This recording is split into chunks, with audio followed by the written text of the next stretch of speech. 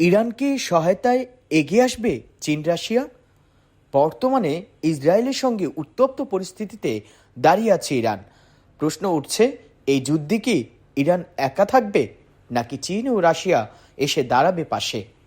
সম্প্রতি এক ফোন আলাপে চীনের প্রেসিডেন্ট শি জিনপিং এবং রাশিয়ার প্রেসিডেন্ট ভ্লাদিমির পুতিন ইসরায়েলের ইরান হামলাকে তীব্র নিন্দা জানিয়েছেন।